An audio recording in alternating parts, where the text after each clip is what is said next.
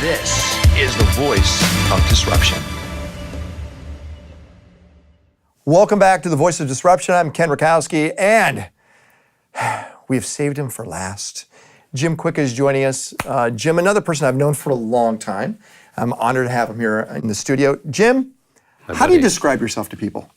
So I'm like a personal trainer for the mind. I build better, brighter brains.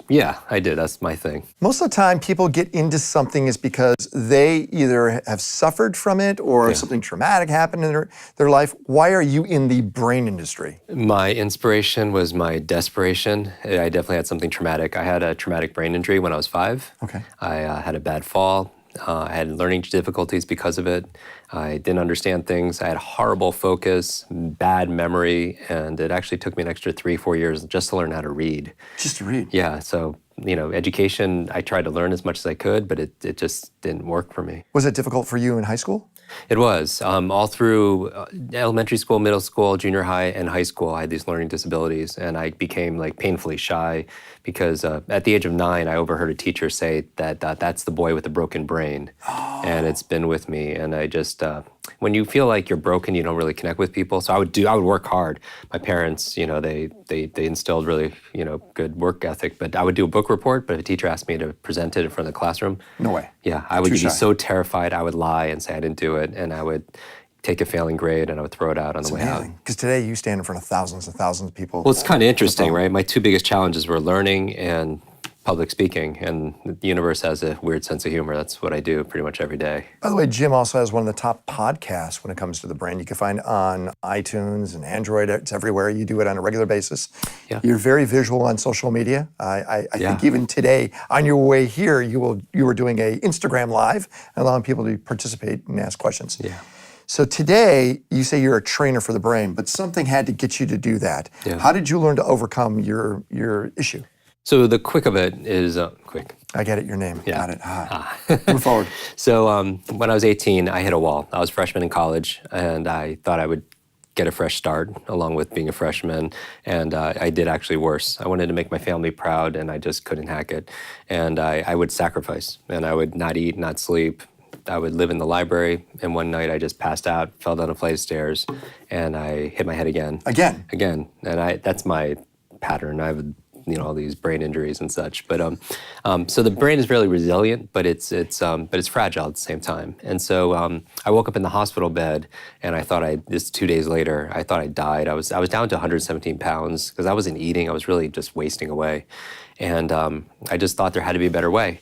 And when I had that thought, the nurse came in, I swear, with a mug of tea, and on it had a picture of a disruptor, Albert Einstein, and had this quote about disruption. It said, "The same level of thinking that's created the problem won't solve the problem." And it made me think of a new question, saying, well, what's my problem? It's like, I'm a really slow learner. I have a very slow brain. How do I learn differently? How do I learn how to learn? And I thought about school, and I picked up a course bulletin. I looked at all the classes, and I was like, you got to be kidding me. All the classes on what to learn: math, history, science, Spanish. But not how to learn. Yeah, nothing on how to learn. Nothing about how to solve problems, how to be an entrepreneur, how to think differently, how to focus, concentrate, remember, read faster, all those things. And I made that the focus. And it's challenging with our education system. It hasn't changed much in 200 years, and it's up for a disruption. So what you're telling me then is it's not about what you know, it's how you've learned it. So you're constantly in this new learning state yourself then. Yeah, and I think for entrepreneurs, for founders, for disruptors, they always have to be on the cutting edge of learning, because the one constant is change, right? So the world's changing so rapidly. The amount of digital overload, digital distraction, digital dementia, people can't keep up. And so how do you outthink, how do you outlearn, how do you outperform everybody else when the world is changing? And they say the average person graduating now is going to have 10 to 14 different careers, not even jobs. I mean, different verticals, because the world, who knows where the world's going to be. Or they get so bored that they want to find something else. Let's then go to the point to where if you didn't learn the right way, that means our educational system needs to be tweaked or modified. What would you, if you can become the new educational czar, how would you change the educational structure? So we live in a world, you know this because of your investment, of autonomous electric cars and spaceships that are going to Mars, but our vehicle choice when it comes to learning is like a horse and buggy. They say if Rip Van Winkle, after decades of slumber, woke up today, the only thing he would recognize are our schools. And that's the thing. These schools, when they were created, it was, assembly line, one size, cookie cutter, sit quietly by yourself, don't talk to your neighbors, all those things. And the challenge is all learning is state dependent, right? The key to long-term memory is information combined with emotion becomes long-term. But the challenge is in school, I think half the people are just bored, and that's not a big high emotion. The other half are just confused or lost. And one of the issues is you can't have kids growing up on joysticks and smart devices and then just sit there for 8 hours and be lectured to. That's not how the brain works. We don't learn by consuming information. We learn through co-creating it. Learning is not a solo endeavor. It's more social. You've identified where the issue is. What would you change? So right now, because it's so awesome, because like Larry and Sergey of Google have the same access going through their search engine as, a young boy growing up in rural Africa, right? They have access to the same exact kind of information. And what if they could do that with education? What if everybody could get the same, incredible insight from the world's top expert out of Oxford, for example? Okay. I think information could come from the absolute best experts. I think it could be personalized and customized for the individual, because a lot of people feel like they have learning challenges, but it's not really how smart you are, it's how are you smart. It's not how smart you are, or how smart your kids are. It's how are they smart? Because traditional education really reinforces two kinds of learning. It's like you're either verbal linguistic intelligence or you have mathematical intelligence, kind of think of like the SATs. But we know, as studies out of Harvard, that there's multiple kinds of intelligence. Visual. Right, exactly. And also multiple ways of learning. Sometimes if you're really excited about a subject, you're normally interested in it, but you're not getting it for some reason. But maybe your preferred way of learning is different than the teacher's preferred way of teaching, and you're like two ships in the night, and you're passing each other, and you don't even realize the other one's there, and there's no connection. So like the prior guest creating, let's say, designer drugs to enhance the brain, you're saying we should have designer education? We could, and so I think information could come from the very best in terms of the actual teaching. I think it could be personalized and customized around the individual. Especially, I'm excited about, we've had conversations about this where, VR and AR specifically is heading, and how that can be, education can be gamified. So it can be also fun at the same time, because I don't think a lot of people associate fun to learning. I would love people to fall in love with learning because it's so important. Jim Kwik is joining us. Kwik Learning is the name of his website. I think it's Kwik. KWIK. Fun things in your life. Yeah. I see you on jets often with a lot of famous people. Okay. What's the deal with that? Like famous superhero people. I like superheroes because it took me an extra few years to learn how to read with my brain injury, and so I taught myself how to read by reading comic books, and to be around like these fictional heroes that are on the big screen kind of makes me feel like an 8-year-old boy again. I get it, but you're with the X-Men. You're with incredible people I admire, right? You help them memorize their lines through a lot of the techniques you've learned. Yeah, I think, my purpose here, being here, especially in Los Angeles, is because education is here, or the empowerment, personal development industry is maybe here in size, but the entertainment industry is like how many stories above.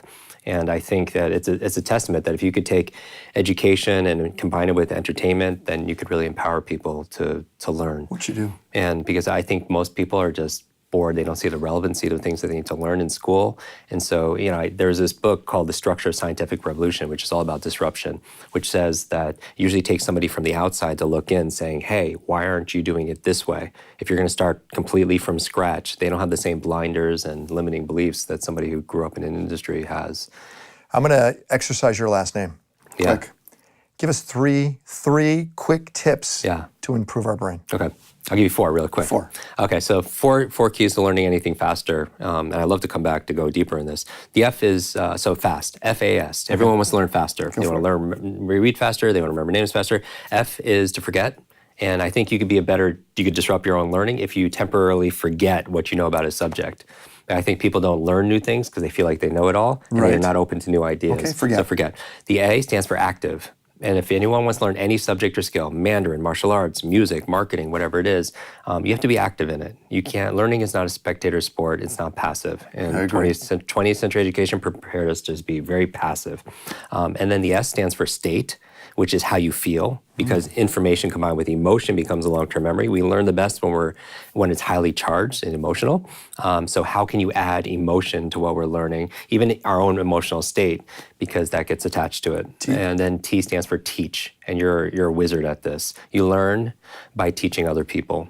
Because when you learn with the intention of teaching, your focus is better, you ask better questions, you take better notes, you own it, and then... That's it. So you got FAST, which would be forget, active, state, and teach. I love it. Those are it, right? Those are the ones to enhance what you're doing, and you do it all the time.